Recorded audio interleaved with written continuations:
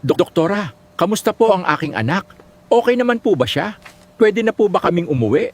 Para doon siya sa bahay makapagpahinga.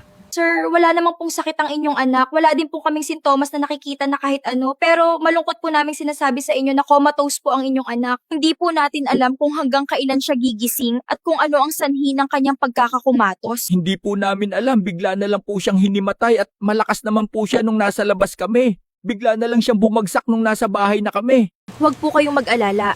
Hinahanap namin ng solusyon para gumaling agad ang inyong anak. Inalis na po ako.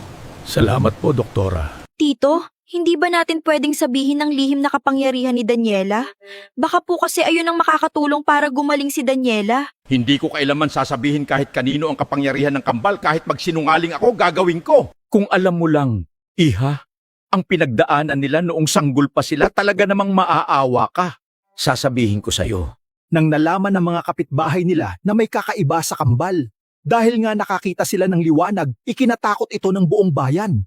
Alam mo ang ginawa nila? Sinunog ang kanilang bahay. Hinanap sila kahit saan para lang tanggalin sila dito sa mundo. Pero hindi sila nagtagumpay dahil napakabait ng pamilya na yan at napakabait ng kambal. Alam kong may misyon ang kambal dito sa lupa. Hindi ngayon, maaaring pagdating ng panahon, ito ay ang mabuting misyon at magiging maayos ang lahat dito sa ating mundo. Grabe naman pala pinagdaanan nila, bata pa lang kawawa na. Kaya pala kailangan maghiwalay ng kambal dahil sa kanilang lihim na kapangyarihan. Kaya Iha, pagpasensyahan mo na kung nagsisinungaling ako, hindi ako nagsisinungaling dahil sa gusto ko lang. Nagsisinungaling ako dahil baka husgahan lang sila ng mga tao.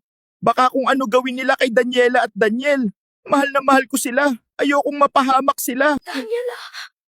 Daniela! Daniela! Daniela!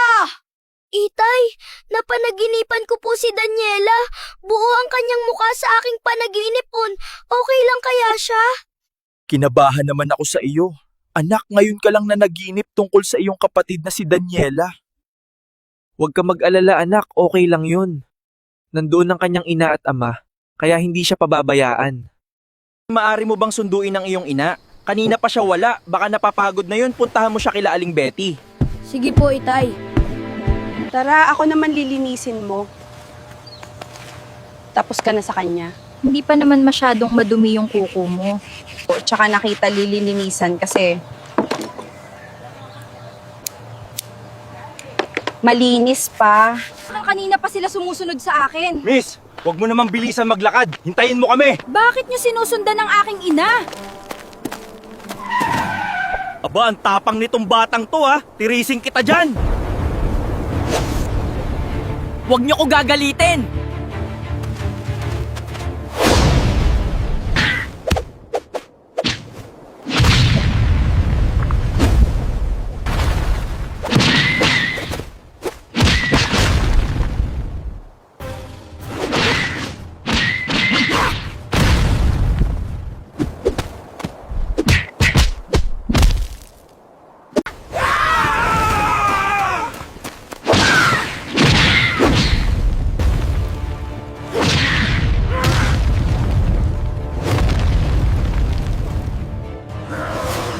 Ina!